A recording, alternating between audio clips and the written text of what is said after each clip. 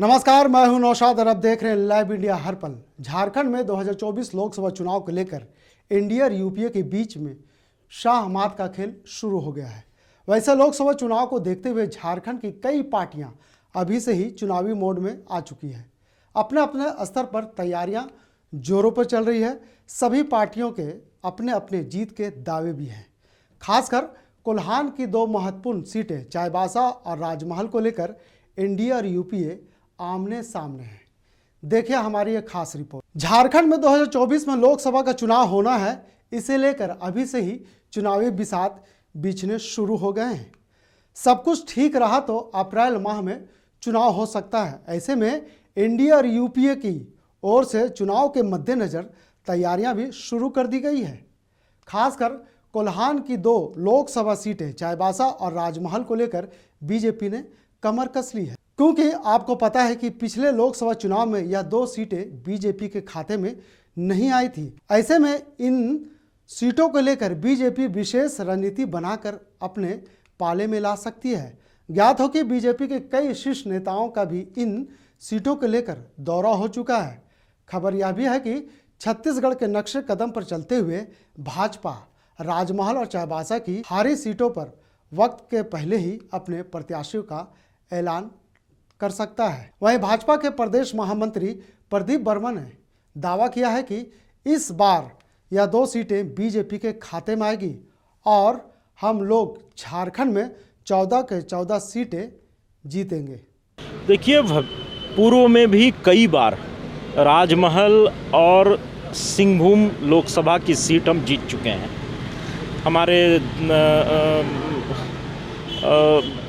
हमारे स्वयं प्रदेश अध्यक्ष वहाँ के सांसद रहे हैं सिंहभूम से।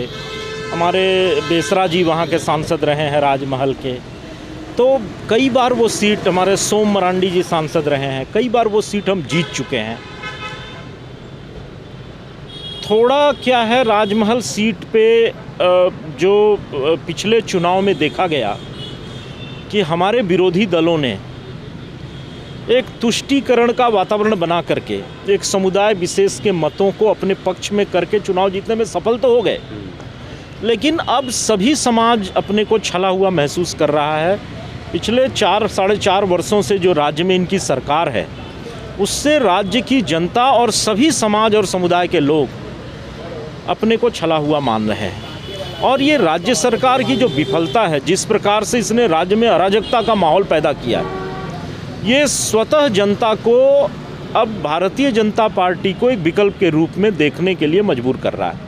और जिस प्रकार से भारतीय जनता पार्टी ने लगातार सड़क से लेकर के सदन तक जनता से जुड़े हुए मुद्दे पर इस जनविरोधी सरकार के विरुद्ध मोर्चा खोला, लड़ाई लड़ी, इससे हम जनता का विश्वास जीतने में सफल हुए हैं। आने वाले चुनाव में पूरा देश आदरणीय नरेंद्र भाई मोदी के नेतृत्व में जिस दिशा में देश बढ़ रहा है, पूरा देश चाहता है कि दोबारा तीसरी बार नरेंद्र भाई मोदी देश के प्रधानमंत्री बने। छत्तीसगढ़ के तर्ज पर जो बातें सामने आ रही है कि प्रत्याशियों की भी घोषणा हो सकती है 2 सीटों को लेकर। नहीं, ये तो हमारे केंद्रीय नेतृत्व को तय करना है, लेकिन कुल मिलाकर के जनता नरेंद्र भाई मोदी के नेतृत्व में तीसरी बार उनको प्रधानमंत्री बनते हुए देखना चाहती है। और इस बार सभी रिकॉर्ड टूटने वाले हैं।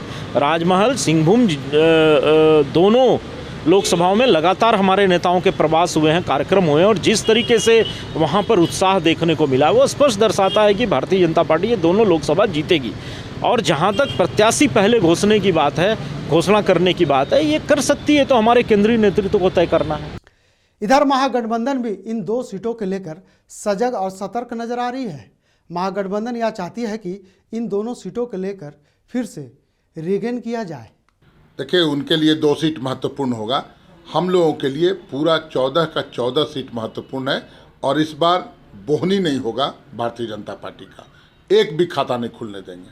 क्योंकि यहाँ की जनता ने, तमाम झारखंडी अवाम ने देखा है सुशासन, देखा है कि कैसे एक झारखंडी युवक जो अपनी परिकल्पना को साकार करते हुए विभिन्न योजनाओं के माध्यम से जन सेवा करता है। राजनीति जन सेवा का माध्यम है, ये माननीय हेमंत सोरेन जी ने इस्टेब्लिश कर दिया। अब यहाँ का सुशासन देखकर अब जो आएगा इम्तहान का वक्त, मतलब चुनाव का वक्त, उसमें पूरी तरह से झारखंडी आवाम, झारखंड मुक्ति मोर्चा और इंडिया गठबंधन के साथ रहेगा।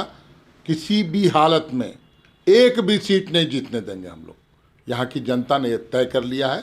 आने दीजिए समय का इंतज़ार, और सबसे हमको भरोसा है झारखंड के जनता पर। वहीं सत्ता में सहयोगी कांग्रेस ने भी झामुमो के साथ सुर में सुर मिलाकर कहा कि इस बार 14 की 14 लोकसभा सीटें महागठबंधन के पाले में आएगी।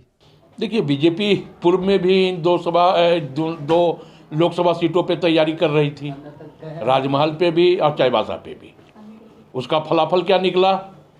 दोनों सीट भारतीय जनता पार्टी हार गई। और हमें यह लगता है कि तैयारी वो लाख कुछ कर ले, इस राज्य में अब भारतीय जनता पार्टी का खाता नहीं खुलने जा रहा है।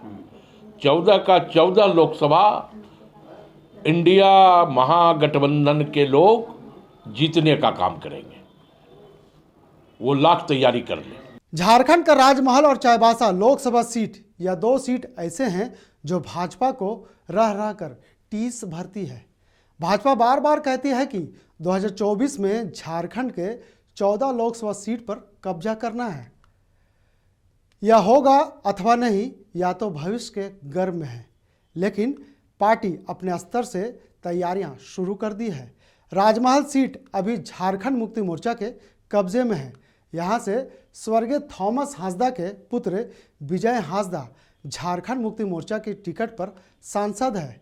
इसी तरह चाईबासा सीट से पूर्व मुख्यमंत्री मधु कोड़ा की पत्नी कांग्रेस की टिकट पर सांसद है। यह 2 सीटें ऐसी हैं जो भाजपा को कचोटती रहती है। एक और बीजेपी इन 2 सीटों को जीत कर केंद्र की टीम को और मजबूत करेगी, तो वहीं महागठबंधन इन दोनों सीटों पर बीजेपी को यह बताना चाहेगी कि आपके बस की बात नहीं है। तो फिलहाल इस खास खबर में इतना ही। मुझे दीजिए इजाज़त। नमस्कार। आप देखते रहें लाइव इंडिया हर पल।